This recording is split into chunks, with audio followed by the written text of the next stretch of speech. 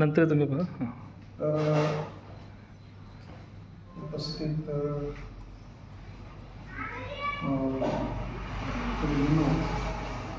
भारत मुक्ती मोर्चा, पेशवावर्धन मोर्चा, बहुजन क्रांती मोर्चा व राष्ट्रीय परिवर्तन मोर्चा याच्या संयुक्त विद्यमाने अन्याय म्हणजे जो शासक वर्ग आहे तो आपल्यावर अन्याय करत आहे. अन्याय आपल्यावरच नाही तर येणाऱ्या पिढीवरही त्याचे अनेक दुष्परिणाम होणार आहे. आज आपल्या विद्यार्थ्यांना चांगलं शिक्षण नाही, चांगलं नोकरी नाही आहे सन्मानजनक की तो जगू शकेल, आणि त्याच्यानंतर त्यांना नोकरी तर नाहीच पण कोणताही व्यवसाय तो करू शकणार नाही, अशी एक व्यवस्था निर्माण या ब्राह्मण समाजाने या भारतात केलेली आहे. तर हे का करत आहे ते?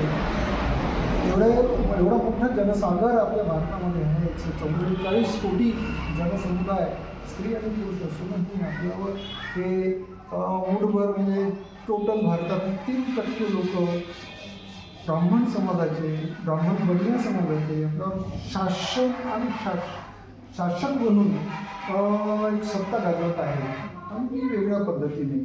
तर ते का करत आहे? कारण त्याचं एक मूळ कारण आहे आजचं EVM हे सगळ्यात महत्त्वाचं कारण EVMमुळे काय झालेलं आहे की त्यांना वोटिंगची गरज आपली नकोशी झालेली आहे. तुम्ही वोटिंग द्या अथवा नका देऊ, तर ते निवडून येणार, त्यांना हवे असलेले लोक, त्यांचे लोक ते सत्तेत पाठवणार. त्याच्यामुळे याच्या विरुद्ध माननीय वामन मेश्राम साहेब यांच्या अध्यक्षतेखाली संपूर्ण भारतामध्ये एक मोठं जनआंदोलन उभं केलेलं आहे, आणि त्याच्या संदर्भातच ही मीटिंग. ते जनआंदोलन जर आपलं यशस्वी झालं तर आपण यशस्वी होऊ, बरोबर आहे. आणि जर जनआंदोलन यशस्वी करण्यासाठी आपल्याला सर्वतोपरी प्रयत्न करावा लागणार आहे. आपल्याला रस्त्यावरची लढाई लढावी लागणार आहे, कारण जे सगळे रस्ते जे आहेत या शासक वर्गांनी बंद केलेले आहेत.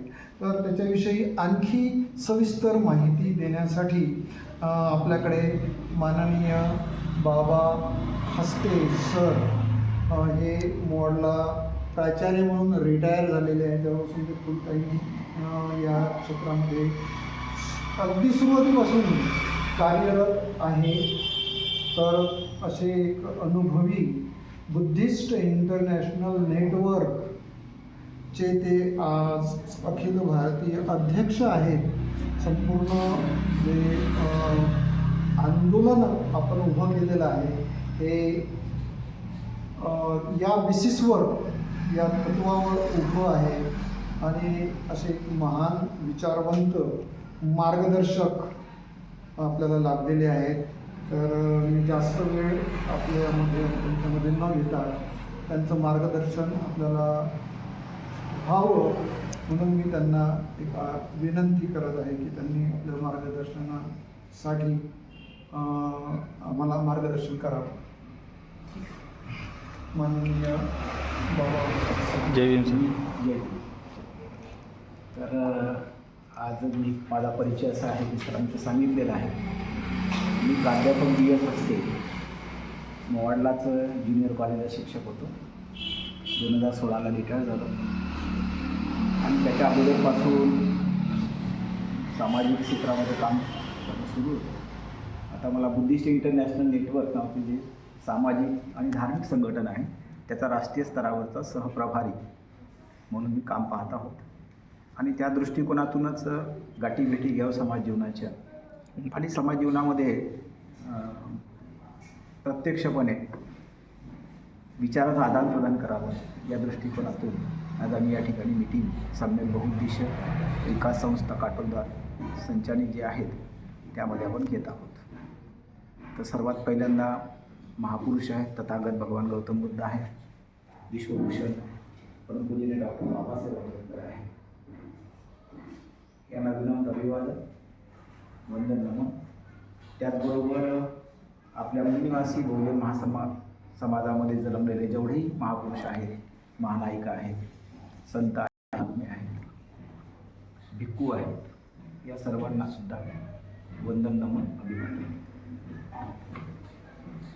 आज आपण जे लोक विचार करून राहिलेलो आहोत, तर आपली सर्वात मोठी जी समस्या आहे आजची आमची सगळ्यात मोठी समस्या कोणती पकडतो आम्ही, तर आम्ही पोटार्थी होतो.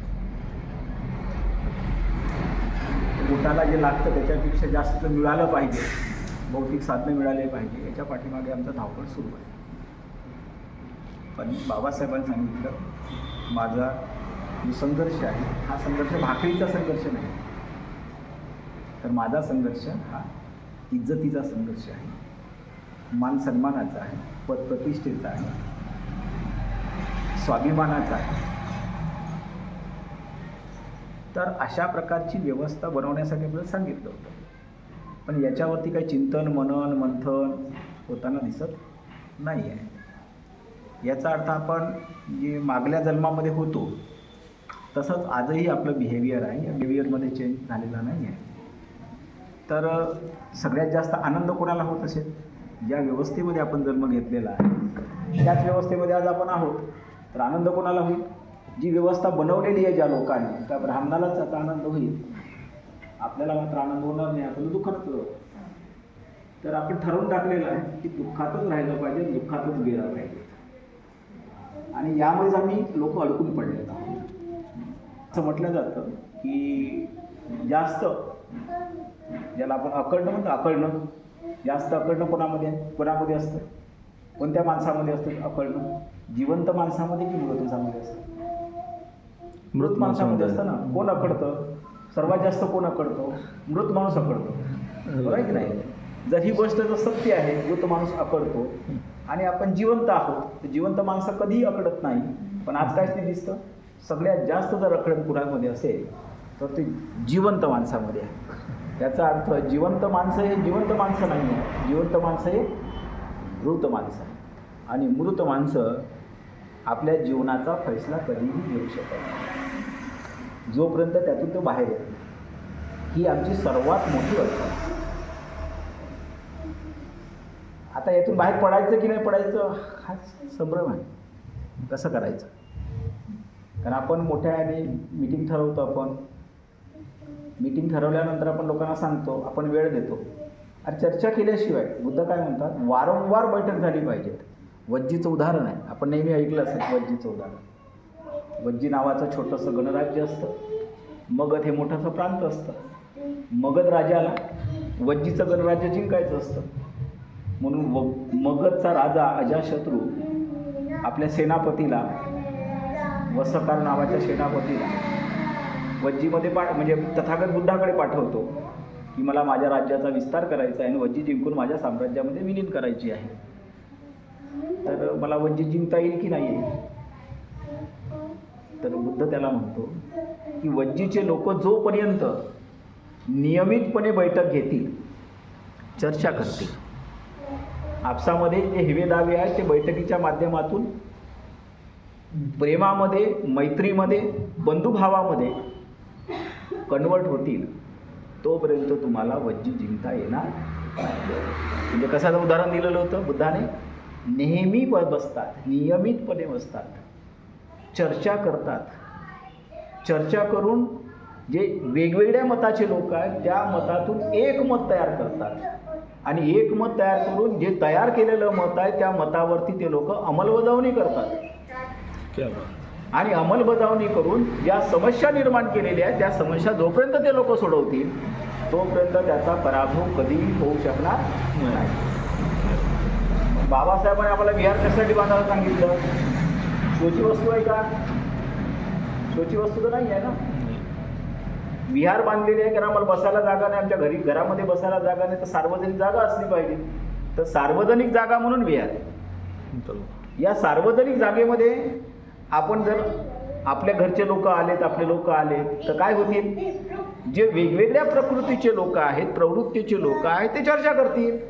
आणि जी समस्या आहे ती समस्या कोणी निर्माण केली?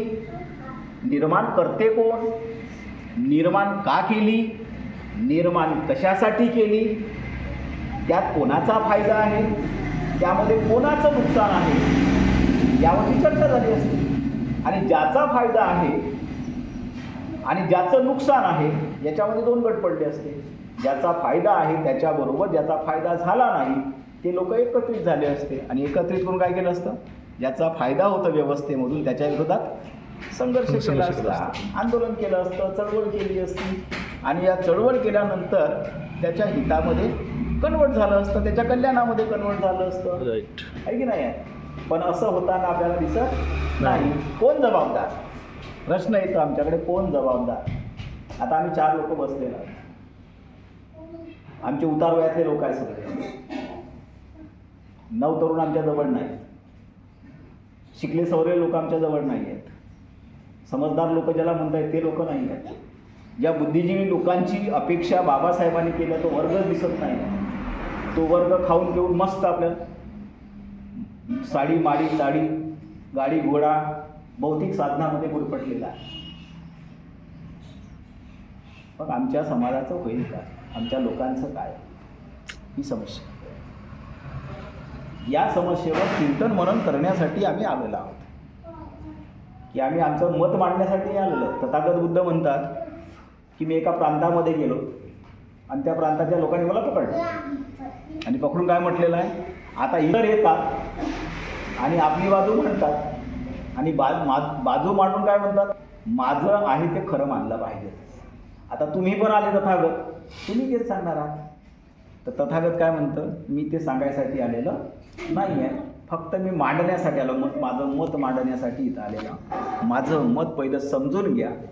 समजल्यानंतर जर तुम्हाला वाटलं की या मतातून आपलं हित होतं, आपलं सुख होतं, आपलं कल्याण होतं, या मतातून यापूर्वीच्या माझ्या आजोबा पंजोबापासून कल्याण झालेलं आहे, हित झालेलं आहे, पुढेही हित होणार आहे. केवळ माझंच नाही, माझ्या कुटुंबाचंच नाही, तर माझ्या आजूबाजूला राहणारे जे समाजाचे लोक आहेत, या राष्ट्राचे लोक आहे, राज्याचे लोक आहे, देशाचे लोक आहे, असं या साऱ्या लोकांचं कल्याण होताना जर दिसलं आणि मनाची संपूर्ण भूमिका जी आहे, मानसिक भूमिका आहे, मन आहे, हे जर मानलं की हा यस राईट आहे, तर ते आपण मान्य केलं पाहिजे. आणि जर असं वाटलं की नाही, तर सांगणारा किती मोठा असो, राजा असो, गुरु असो, किंवा इतिहासात सांगितलेला असो, न्यायामध्ये बसणारा असो, कोणत्याही कसाही असो, मानायचं नाही. म्हणजे स्वातंत्र्य कोणी दिलं? हे जे स्वातंत्र्य दिलं, स्वातंत्र्याची परिभाषा जे केलेली आहे, कोणी केलेली आहे? तथागत भगवान गौतम बुद्धाने केलेली आहे आणि आपल्याला स्वतंत्र केलेलं, आपल्याला आजाद केलेलं आहे. समतेच्या तत्वामध्ये आपल्याला आजाद केला आहे, बंधुभावाच्या तत्वामध्ये आपल्याला आजाद केलेला आहे, न्यायाच्या व्यवस्थेमध्ये आपल्याला आजाद केलेला आहे. एवढं सारं आपल्याजवळ असताना सुद्धा आज आपण निराश का आहोत, आपण हताश का आहोत, आपण आपल्याला का संपवून घेत आहोत, हे काही समजायला मार्ग नाही. याच्यावर तर खऱ्या अर्थाने PhD करणं आवश्यक आहे. याच्यावर तर खऱ्या अर्थाने सखोलपणे रिसर्च करणं आवश्यक आहे. तोपर्यंत आपलं काही खरं नाही आहे. एवढं मोठं महापुरुषांनी असं नेहमी सांगतात, सारे लोक येऊन सांगतात ना, महापुरुषाचा त्याग, महापुरुषाचं बलिदान, महापुरुषाचं समर्पण. महापुरुषाने आपले 4 मुलं देऊन टाकलेले आहेत, महापुरुषाने आपली महिलासुद्धा देऊन टाकलेली आहे. उपाशी तापाशी राहून तिने बाबासाहेबाला घडवलं आणि बाबासाहेबाने या लोकांसाठी आपलं संपूर्ण ह्यात खर्ची घालून सगळं मिळवून दिलेलं आहे आणि आम्हाला त्यांच्यामुळे मिळालेलं आहे. त्यांच्या भाकरीवरती सुद्धा सही कोणाची आहे असं म्हणतात ते लोक सांगणारे? बाबासाहेबाची. म्हणजे भाकरीवरती सही बाबासाहेबाची, खातो त्याच्या भाकरीवरती बाबासाहेबाची सही आहे. कृती भाकरीवरती सही आहे, कृती काय? कृती काय? हा जर प्रश्न विचारला तर कृती काय आहे, तर का बुद्ध धम्म फक्त स्वीकारण्यासाठी आहे, सांगण्यासाठी आहे, मांडण्यासाठी आहे, कृतीत आणण्यासाठी नाही आहे, आचरणात आणण्यासाठी नाही आहे, व्यवहारासाठी नाही आहे? आचरण आणि व्यवहारासाठी बुद्ध धम्म आहे, सांगण्यासाठी बुद्ध धम्म नाही आहे. बाबासाहेबांनी बुद्ध धम्म आम्हाला दिला, सांगण्यासाठी नाही दिला, बोलण्यासाठी नाही दिला, मार्गदर्शन करण्यासाठी नाही दिला, कृतीत आणण्यासाठी दिला. आणि कृती जर पाहिली तर शून्य, कृती शून्य आहे. कारण महापुरुषाने जेवढं केलं, महापुरुष म्हणतात जेवढं केलं त्याच्यापेक्षा मी तुम्हाला जास्त करून दाखवलेलं आहे. पण ज्या लोकांचं कल्याण झालं पाहिजे तो समाजच मला दिसत नाही आहे. त्या लोकांचं कल्याण झालं पाहिजे, हा अपूर्ण राहिलेलं काम आहे. हे पूर्ण करण्यासाठी माझ्या हयातीमध्येच कोणीतरी नवयुवक पुढे आला पाहिजे आणि त्यांनी ही आंदोलनाची धुरा आपल्या खांद्यावर घेतली पाहिजे, जेणेकरून मला इत्मीनान मिळेल, मला समाधान होईल. असा एकही माणूस भेटला नाही जेव्हा की त्यांच्याबरोबर बॅरिस्टर लोक होते, शिकले सवरलेले लोक होते, न्यायाधीश लोक होते, तरी बाबासाहेबाला एकही दिसत नव्हते त्याच्या आजूबाजूने. आणि शेवटी मोठ्या दुःखानं कष्टानं म्हणावं लागलेलं आहे, मला एकही माणूस येत नाही. ढसा रडले. ते नानकचंद रट्टूचं जे पुस्तक आहे त्याच्यामध्ये लिहिलेलं आहे, त्यांनी अनुभवलेलं आहे, विचारलेला आहे प्रश्न, तो का रडता तुम्ही. एवढं सारं असताना सुद्धा आज आपण निर्धास्त आहोत, निर्ढावलेले लोक आहे. कसं होईल आमच्या लोकांचं, कसं होईल कोणी सांगायला तयार. जे आहोत आम्ही ते सामान्य लोक. आणि असं म्हटलं जातं की दिशा कोण दाखवू शकतो, मार्ग कोण दाखवू शकतो, जो बुद्धिजीवी असेल तो. ज्याच्याजवळ बुद्धी आहे, ज्याच्याजवळ पैसा आहे, ज्याच्याजवळ वेळ आहे, ज्याच्याजवळ स्किल आहे, जो मेहनत करू शकतो, असाच माणूस करू शकेल ना. असा दिसतो का माणूस. मग त्याचं कल्याण झालं आहे का. जे लोक शिकले सवरलेले असं म्हणतात त्यांचं कल्याण झालेलं आहे का. आज त्यांच्या घरात जर आपण गेलो तर चांगले शिकलेले लोक आहेत. पहिलं तर पदवीधर भेटत नव्हते, आज पदवीधर आहेत. एक नाही पदवी, 2 पदव्या, 3 पदव्या, मोठमोठ्या हुन्नर आहेत, इंजिनियर लोक आहेत. ते इंजिनियर लोकसुद्धा आज कुठं काम करतात, कॉन्ट्रॅक्टमध्ये, ठेकेदारीमध्ये, फिक्स पेवरती. बाबासाहेबांनी 8 तासाची ड्युटी दिली, ते 12-12 तास, 13-13 तास रात्र दिवस काम करतात. ते पण सुखी नाही आहे. तरी आपल्या पालकाला काहीच वाटत नाही. त्या पाल्यासाठी आपली ड्युटी लावलेली आहे आपण, की तू शिक, चांगल्यात चांगलं शिक आणि मोठ्यात मोठं हो. ती ड्युटी त्याला सांगितलेली आहे, तू ते ड्युटी कर. मग त्या पालकाने कोणती ड्युटी करायची. सकाळ दुपार, ज्याच्या घरी कुत्रा आहे तो कुत्रा घेऊन फिरायचं का गार्डनमध्ये जाऊन. सकाळ दुपार संध्याकाळ, चला त्याला घरात ठेवण्यापेक्षा चला काय करतो मी, मॉर्निंग वॉक करतो कुत्र्याबरोबर, घरी पुन्हा मॉर्निंग वॉक करतो, पुन्हा त्याला खाऊ पिऊ घालतो, माझा वेळ समाप्त. त्याचंही भलं नाही आहे ना. त्याच्या मुलाबाळाची चिंता त्याला, त्याच्या येणाऱ्या पिढी दर पिढीची. सगळ्यात मोठी संपत्ती काय आहे. आमची भौतिक संपत्ती नाही आमची सगळ्यात मोठी, आमची येणारी पिढी ही सगळ्यात मोठी संपत्ती आमची. आमची भौतिक संपत्ती आमची संपत्ती नाही. हे भौतिक संपत्ती चल आहे, हे आज दिसतं उद्या निघून जाईल. कोणी हिसकावू शकतं, कोणी चोरी घेऊन जाऊ शकतं. पण जे पिढी आलेली आहे ती पिढी आमची संपत्ती. त्या संपत्तीला वाचवणं, त्याचं संरक्षण करणं, संवर्धन करणं, त्याची प्रगती करणं, त्याला विकासाचा मार्ग दाखवणं, त्याची सुरक्षितता करण्यामध्ये माझी जबाबदारी आहे असं मानणारे लोक आम्हाला निर्माण करावे लागतील. ते दिसत नाही, ते करावं लागेल की नाही करावं लागेल. तर त्या दृष्टिकोनातून आपण विचार केला पाहिजे. म्हणून मी इथं आलेलो. मी काही माझं मत लादण्यासाठी या ठिकाणी नाही आलेलो आहोत. मी फक्त सांगण्यासाठी आलेला आहोत की आपण ही कृती करायची आहे. कृती कार्यक्रम घेऊन आलेला, याला तुमचं साथ सहयोग मिळालं पाहिजेत, जेणेकरून ही आपल्याला समस्या सोडवायची. आज आपण खूप मोठ्या समस्या आहेत, पण एकही समस्या सोडविण्याच्या लायक नाही आहोत आपण. साधी कुटुंब घरातली जे भांडण आहे ना, हे उग्ररूप धारण केलेलं आहे. ती समस्यासुद्धा सोडवण्यासाठी सोडवू शकत नाही एवढी आमची हे आहे, क्षमता निर्माण झालेली आहे. सामाजिक तर समस्या दूर राहिली, कारण अजूनही आमच्यावर संस्कार नाही झाले.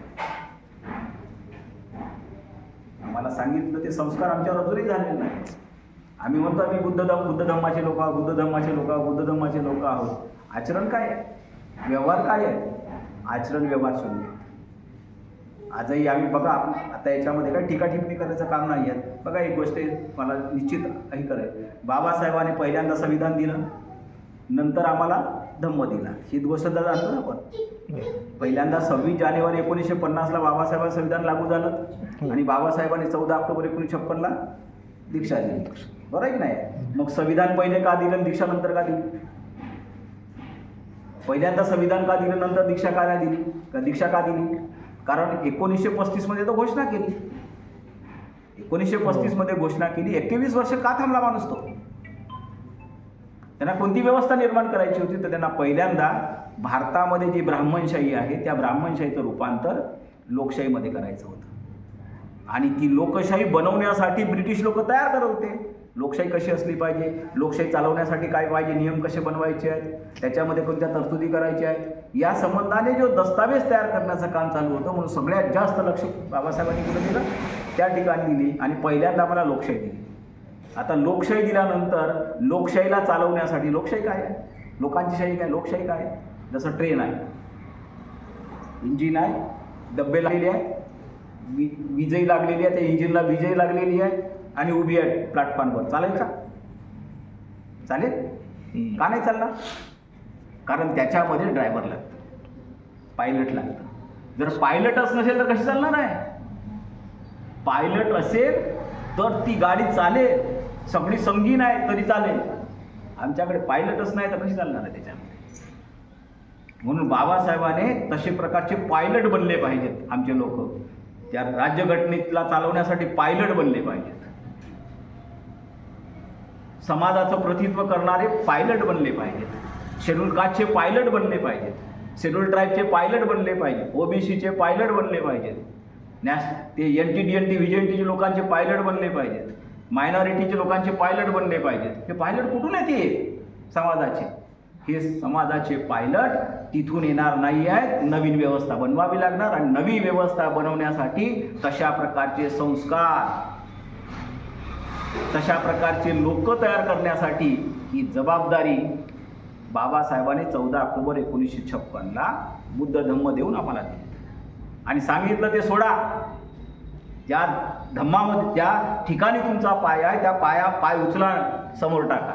आता जेव्हा पाय उचलला आणि समोर टाकला तर ती जागा सोडावी लागेल की नाही? कोणती जागा सोडावी लागेल? ज्या जातीमध्ये माझा जन्म झाला ती जात मला सोडावी लागेल. ज्या समाजामध्ये माझा जन्म झाला तो समाज मला सोडावा लागेल. ज्या धर्मामध्ये माझा जन्म झाला तो धर्म मला सोडावा लागेल. बरं की नाही? जे मी शेड्यूल कास्टचे हक्क अधिकार घेतलेला तो शेड्यूल कास्टचा हक्क अधिकार मला सोडावा लागेल. म्हणजे मला जे राजकीय रिझर्वेशन मिळाले ते राजकीय रिझर्वेशन सुद्धा सोडावं लागेल. शेड्यूल कास्टच्या माध्यमातून जे मला मिळालेलं आहे ते सुद्धा मला काय करावं लागेल? सोडावं लागेल. आणि मला काय घ्यावं लागेल? नवीन घ्यावं लागेल. आता माझा काय झालेला आहे? हा गत जन्म होता, आता मी कुठे आलेला? नवीन जन्मामध्ये आहोत. आता मला नवीन करून दाखवावं लागेल ना. हे सोडून नवीन करावं लागेल. तर हे सोडताना जास्त तकलीफ होणार नाही आहे. पण नवा जन्म मिळाल्यानंतर मग त्याचं संरक्षण, संवर्धन, संगोपन, वाढ, विकास करण्यासाठी आम्हाला काय करावं लागेल? संघर्ष करावा लागेल ना. जसं रोपटं लावलं, रोपट्याला म्हटलं जगतं का? रोपटं लावलं, रोपटं जगतं का? रोपटं जगत नाही. रोपट्याला काय करावं लागतं? खत द्यावं लागतं, पाणी द्यावं लागतं, त्याचं वातावरणाशी त्याला हे करावं लागतं, त्याची फवारणी करावी लागतं, शत्रूपासून किंवा गाईढोरापासून त्याचं संरक्षण करावं लागतं. माणसं जी असतील त्याच्या विरोधातले माणसं असेल त्याच्यापासून त्याचं संरक्षण करावं लागतं. आणि अशा प्रकारे संरक्षण कवच बनवून त्या रोपट्याचं काय करावं लागेल? वाढ करावी लागेल. रोपटं वृक्षामध्ये कन्वर्ट होईल, वृक्षाला फळं येतील. ते फळं कोणाला मिळतील? ज्या लोकांनी वृक्षाचं संरक्षण संवर्धन केलं त्या लोकांना त्याचे फळं मिळतील. म्हणजे बुद्धाच्या चळवळीतून आम्हाला काय मिळाले असते? निकोप, आरोग्यदायी असे फळं मिळाले असते. पण अजूनही आम्ही ते ज्या ठिकाणी होतो आम्ही तो पाय अजूनही उचलून नवीन याच्या ठिकाणी ठेवलाच नाही. कसं होईल? फक्त नावाला आम्ही काय झालेला, पण कृती मात्र आमची काय? काही बदल झाला आमच्यामध्ये? बदल न झाल्यामुळे आम्ही ज्या ठिकाणी आहोत त्या ठिकाणी आहोत. आणि अजूनही आम्ही कोणत्या व्यवस्थेचे गुलाम आहोत? ब्राह्मणी व्यवस्थेचे गुलाम आहोत. कारण व्यवस्था कोणाची आहे? ब्राह्मणाची. कालही आम्ही कोणाच्या व्यवस्थेमध्ये होतो? ब्राह्मणाच्या. वर्तमानकालीन कोणाच्या व्यवस्थेत आहोत? ब्राह्मणाच्या. ब्राह्मणाने आपली व्यवस्था काय केली? मजबूत केली. भारतामध्ये काय निर्माण झालं? ब्राह्मणशाही निर्माण झाली. सगळ्या व्यवस्थेवर कोणाचा कब्जा झाला? ब्राह्मणात झाला. लोकसभा कोणाची? ब्राह्मण लोकांची. चालवतं कोण? आपल्याला काय वाटतं? मोदी आहे, ओबीसी माणूस चालवतो. ओबीसी माणूस चालवतो का? त्याचा करता धरवता ड्रायव्हर कोण आहे? RSS आणि BJP आणि ब्राह्मण. याशिवाय दुसरा आहे का? म्हणजे ड्रायव्हर कोण आहे त्यांचे? मग ओबीसीचा माणूस असताना ओबीसीचं कल्याण होईल का? SCचा माणूस राष्ट्रपती बनला तर SCचं कल्याण होईल का? आदिवासीचा माणूस राष्ट्रपती बनला तर होईल का? कारण त्याचे ड्रायव्हर कोण आहे? त्याचे ड्रायव्हर त्याचं म्हटलं जातं की महानगरपालिका आहेत आणि महानगरपालिका रस्त्यावरचे कुत्रं जे बेवारस असतात त्या कुत्र्याला मारतात, बरं आहे की नाही? पण मालक येतो त्याच्यात, हा बेवारस कुत्रा नाही आहे, याचा मी मालक आहे. मग तो काय म्हणतो? महानगरपालिका मला माणूस काय म्हणतो? अरे पट्टा टाक. म्हणजे पट्टा गळ्यामध्ये कुत्र्याला कशा असतात? मालकाच्या ओळखीसाठी असतात, बरं आहे की नाही? मग असे आमचे आमदार, खासदार, मंत्री हे काय आहे? इथं त्या पक्षाचे पट्टे टाकलेले लोक आहेत, आमचे कुठं आहेत? हे पट्टेधारी लोक आहेत. कसं कल्याण होणार आहे आमचं? एक तरी माणूस आहे का संसदेमध्ये बुद्धाचा? एक माणूस ते दाखवा आहे? नाही आहे. ज्या संसदेमध्ये बुद्धाचा एकही माणूस नाही, बाबासाहेबाचा एकही माणूस नाही, ते लोक आमचं कल्याण करतील? आमच्या हितासुखाच्या गोष्टी करतील? काही कायदा करेल? कायद्यासाठी करेल? नाही करणार. आणि या बदलमध्ये आता काही राहिलं नाही आहे. एक पक्ष जातो म्हणजे जर BJP गेला तर कोण येईल? काँग्रेस. आणि काँग्रेस गेला तर कोण येईल? BJP. दोनही कोण आहेत? एक रामराव आहे, एक श्यामराव आहे की नाही आहे? एक राजाराम आहे, एक सीताराम आहे. राजाराम सीताराम याच्यासाठी दुसरं काही आहे का आपल्याला? आणि त्याच्यामध्ये आम्ही मजबूल आहोत. अरे नाही, बदल कर दिया हमने, अरे बदल कर दिया, हम लोगों ने बदल कर दिया. तर अशा प्रकारे काही होणार नाही आहे. म्हणून खऱ्या अर्थाने बाबासाहेबाची जी चळवळ आहे ही चळवळ आता आपल्याला दिसतं आहे की मागे जात आहे. असं खजील होण्याची गोष्ट नाही आहे, कारण मोठ्या प्रमाणात संघर्ष सुरू आहे. उदाहरणार्थ आता हे EVMचा मामला आलेला, सरांनी सांगितलं EVMचा मामला आलेला आला की नाही? EVMमुळे आमच्या मताची चोरी होतं. हा मुद्दा घेऊन लढाई कोणी लढली, संघर्ष कोणी केला? तर यामध्ये मोठ्या प्रमाणात भूमिका जर वठवली असेल तर त्याचं नाव आहे माननीय वामन मेश्राम साहेब. मी मानागर नका मानू, पण हे खरी गोष्ट आहे. जी खरं आहे ती खरं आहे. तुम्ही संशोधन करा किंवा त्याच्यावरती गुगलमध्ये जा आणि टाका त्याच्यावरती EVMची लढाई कोणी लढली. आणि VVPAT नावाचं जे दुसरं यंत्र लागलं आहे, EVMच्या बाजूने जे दुसरं यंत्र लागलेलं आहे 24 एप्रिल 2017ला, ते कोणी लावलेलं आहे? गुगलमध्ये जाऊन सर्च करा तर त्याच्यात येतात वामन मेश्राम, वामशेपचे राष्ट्रीय अध्यक्ष. VVPAT म्हणजे जे मतपत्रिका आहे त्याच्यात. आता EVMच्या माध्यमातून काय सांगतात? वोटची टोटल सांगतात. या पक्षाला एवढे मिळाले, या पक्षाला एवढे मिळाले, या पक्षाला एवढे मिळाले. आणि मतपत्रिकेमध्ये काय असतात? प्रत्येक माणसाचं वोट असतं, कोणाला दिलेलं आहे त्या वोटचं व्हेरिफिकेशन करता येतं. त्या वोटची प्रत्येक वोटची किंमत असतं, मोजल्या जातं. आणि जर आपल्याला कमी जास्त वाटलं तर पुन्हा रिकॉल करता येतं, रिटोटलिंग करता येतं किंवा पुन्हा काउंटिंग करता येतं. आणि प्रत्येक माणसाचा वोट त्या ठिकाणी किमतीवर लागलेला असतं. अशा प्रकारची व्यवस्था त्या दोनमध्ये आहे. आजपर्यंत जे VVPAT लागलेलं आहे, VVPATचे मतं मोजतच नाही आहे. मग लावलं कशाला लावलं? ते लावलं तर मोजलं पाहिजे, पण ते मोजत का नाही? कारण EVMच्या माध्यमातून चोरी करता येतं. ॲलन मस्क नावाचा जो वैज्ञानिक आहे, तो ॲलन मस्क नावाचा वैज्ञानिक का म्हणतो? किंवा सॅटेलाईट आहे, ते सॅटेलाईट कुठं राहतं? मंगळावरती, चंद्रावरती. आणि कुठून ऑपरेट करतात? इथं बसून, विहारात बसून ऑपरेट इथून करतात. ते जर होऊ शकतं तर इथंच ठेवलेलं जे मशीन आहे ते ऑपरेट करायला किती वेळ लागेल? आणि दुसरं महत्त्वाची गोष्ट आहे की ज्या लोकांनी शोधलं त्या देशात नाही आहे. अमेरिकेचे राष्ट्राध्यक्ष म्हणतात की आम्हाला ते EVM वरती भरोसा नाही आहे, बरोबर आहे की नाही आहे? बॅलेट पेपरवरती आम्ही इलेक्शन घेतो. आता तो देश एवढा प्रगत आहे, तो त्याच्यात घेत नाही आहे. याचा अर्थ काय आहे? याचा अर्थ EVM मशीनच्या माध्यमातून वोट होत नाही. मग आता हे जर तिथं होत नाही, त्या देशात होत नाही आहे, मग या देशात झालं पाहिजे का? या देशात झालं पाहिजे का? नाही झालं पाहिजे ना. मग हे बंद झालं पाहिजे. तर बाबासाहेबांनी आम्हाला आंदोलन शिकवलेलं आहे. आंदोलनाच्या परिभाषेतून आम्हाला मिळवून दिलेलं आहे. जेलभरो आंदोलन करून बाबासाहेबांनी संविधान सभेमध्ये गेला आणि संविधान लिहिलेलं आहे. किती लोकांना माहिती आहे? बाबासाहेब संविधान सभेमध्ये जेलच्या माध्यमातून गेले. लोक जेलमध्ये पाठवले आणि जेलमध्ये जाऊन बाबासाहेबाची नियुक्ती त्या संविधान सभेत झाली आणि नंतर बाबासाहेबांनी संविधान लिहिलं. म्हणजे पुन्हा आम्हाला काय करावं लागणार आहे? तीच गोष्ट करावी लागणार आहे की नाही? जर आम्हाला आमचं हित करायचं असेल तर आम्हाला सर्वात पहिल्यांदा काय करावं लागेल? संघर्ष करण्याची परिभाषा. संघर्षाशिवाय काही मिळणार नाही. आणि कुठं संघर्ष करावा लागणार आहे? कारण EVM कुठची आहे बघता? काटोलची नाही आहे, नागपूरची नाही आहे, देशाची आहे. तर मग आंदोलन कुठं लागेल?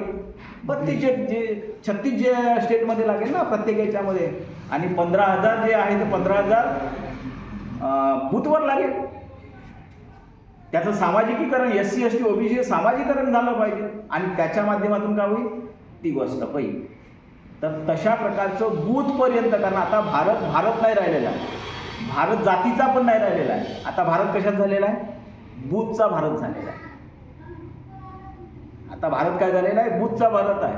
आणि बूथवर जर तुमचे माणसं असतील तर तुम्ही तुमचा प्रतिनिधी निवडून पाठवू शकता. तर बूथवर तुमचे माणसंच नाही आणि गेला पाहिजे तर जाणार नाही. आणि एका जातीचा नाही आहे तर भारतामध्ये काय आहे? शेड्यूल कास्ट, शेड्यूल ट्राईब म्हणजे जवळपास 6,000-7,000 जाती आहे. पोट जाती मोठ्या प्रमाणात आहे. तेवढ्या लोकांचं लागेल त्या ठिकाणी पाठबळ. ते करण्यासाठी आपली कृती कार्यक्रम लागेल. OBC लोकांना जोडावं लागेल.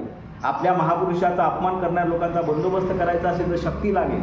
म्हणून राष्ट्रीय स्तरावर आपल्याला हे काम करणं गरजेचं आहे. आता बाबासाहेबांनी आपल्याला संविधान दिलं, संविधानामध्ये अधिकार दिले. तर त्याच वेळेस बाबासाहेबांनी बुद्ध धम्माच्या सगळ्या आपल्याला कन्व्हर्ट करून पहिलं दिलेले. त्यांनी ध्वज आहे, ध्वजावरती अशोकाचं चक्र दिसतं त्या ठिकाणी. अशोक चक्र कोणी दिलं? अशोका चक्र ध्वजवरती कोणी आणलं? बाबासाहेबांमुळे. बरोबर आहे की नाही? म्हणजे पहिलं आलं की नाही त्याच्यामध्ये. त्याच्यानंतर संविधान लिहिलं तर संविधानामध्ये जे पाहिलं आपण गोल्डन याच्यावरती तर आजूबाजूने काय दिसतात? प्रतीकं दिसतात. कमळाचं पुष्प आणलेलं आहे. हे कोणाचं प्रतीक आहे? कमळाचं पुष्प बुद्धाचं. बरं आहे की नाही? भगवा रंग आणलेला आहे. कोणाचं आहे ते? बुद्धाचं. त्या राष्ट्रपतीच्या पाठीमागं लिहिलेलं आहे धम्मपवतराय. हे कोणाचं आहे? बुद्धाचं आहे. कोणी आणलं? बाबासाहेबांनी. म्हणजे बाबासाहेबांनी बुद्ध धम्म देण्याच्या पूर्वीच बुद्ध धम्म आणला. विरासत सुद्धा आपल्याला दिली आणि लिहिलं कर्तव्यामध्ये की या विरासतीचं देखरेख करण्यासाठी एक मंडळ तयार केलेलं आहे. ASI नावाचं मंडळ आहे त्याच्यामध्ये. आणि ही विरासत कोणाला दिली पाहिजे? बुद्धाच्या लोकांना दिली पाहिजे. आणि त्यासाठी कायदा बनवला की 1949च्या पूर्वी, म्हणजे ज्या दिवशी राज्यघटना लागली 26 जानेवारीला, म्हणजे 26 जानेवारीच्या एक दिवस अगोदर म्हणजे 25 जानेवारी 1950च्या 12 वाजेपर्यंत पुराणे कायदे राहतील. आणि 26 जानेवारी 1950ला काय होईल? यापूर्वीचे सगळे कायदे रद्द होतील. बरं प्रभाव होईल. तशा प्रकारचे कायदे तुम्हाला वर्तमानामध्ये करता येणार नाही आणि भविष्यामध्ये लागूही करता येणार नाही. म्हणजे ब्राह्मणाची सगळी व्यवस्था काय केली? मनुस्मृतीचं काय केलात? सगळं बंदोबस्त पहिलेच बाबासाहेबांनी केलं संविधानाच्या माध्यमातून. आपल्याला माहीतच नाही आहे की त्याच्यावरती हे केलं पाहिजे. म्हणून या दृष्टिकोनातून आता जर आपण पाहिलेलं आहे की महाबोधी महाविहारावरती कोणाचा कब्जा आहे?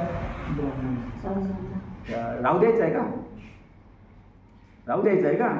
नाही. मग त्याचं त्यासाठी आता त्याग, समर्पण, बलिदान केलं. आपलं अनागारी धम्मपालनी केलं. नंतर मग सुएझ सोसायटी चालवलं, तो बंद झालं. आता बुद्धिस्ट इंटरनॅशनल नेटवर्कच्या माध्यमातून सुरू आहे ना, पूर्ण जगामध्ये पोहोचवलेलं आहे. आणि आताही काही लोक बसलेले आहेत, भिक्खू बसलेला आहे त्या ठिकाणी, मागणी करत आहे. पण मागणी केल्याने काही होत नाही आहे, मिळवावं लागतं. आणि संघर्ष केल्याशिवाय काहीही मिळणार. म्हणून संघर्ष करण्यासाठी बुद्धिस्ट इंटरनॅशनल नेटवर्कच्या माध्यमातून 5 चरणाचा कार्यक्रम घोषित झालेला आहे. 5 चरण आता करणार होता. त्यासाठी सांगायला आलेला की 3 मार्चला जिल्हा कचेरीवरती आपण निवेदन देणार आहोत. किती? 32 राज्यामध्ये आणि 567 जिल्ह्यामध्ये. 32 राज्यामध्ये आणि 567 जिल्ह्यामध्ये ॲट ए टाईम. आता याचं राष्ट्रीय होईल की नाही होईल? एकाच दिवशी होईल की नाही होणार? आणि कोणाकडे जाईल हे? राष्ट्रपतीकडे. म्हणजे सगळे कुणाकडे जाईल? राष्ट्रपतीकडे. आणि पूर्ण भारतातून आलं त्याचा प्रभाव कोणावर निर्माण होईल? आपल्यावर की त्याच्यावर? होईल ना, भारतावर.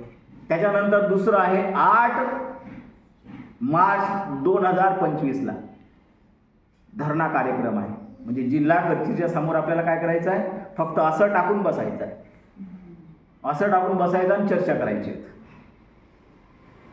जे आपल्या समस्या आहे त्याच्यावरती चर्चा करायची आहे. काय होईल की एवढे लोक त्या ठिकाणी आले, जर आपण हजारोनी संख्येने त्या ठिकाणी गेलं तर धरणा कार्यक्रममध्ये हजारोच्या संख्येने पूर्ण त्या तालुक्यातून लोक जिल्ह्यामध्ये आले आणि हजारोच्या संख्येने डिमांड केली की हे ब्राह्मणाच्या ताब्यातून बुद्धाच्या ताब्यात भेटलं पाहिजे.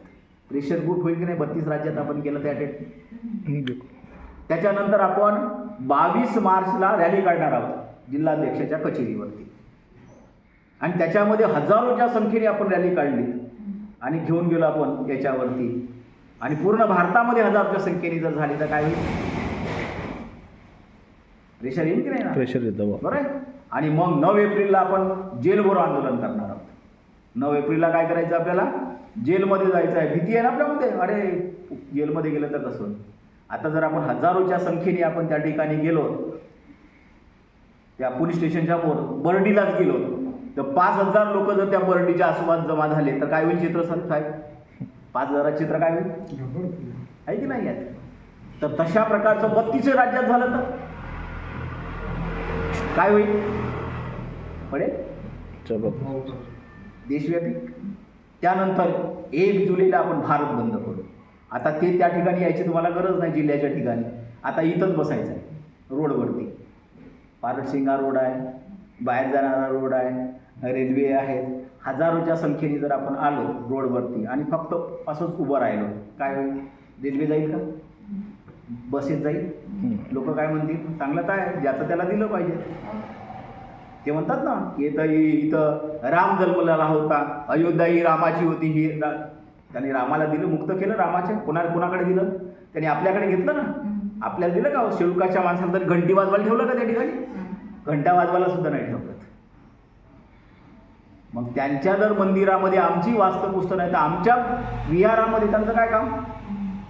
म्हणून जर अशा प्रकारे आपण भारत बंद केला तर काय होईल? त्याचा प्रभाव निर्माण झाल्याशिवाय राहणार नाही.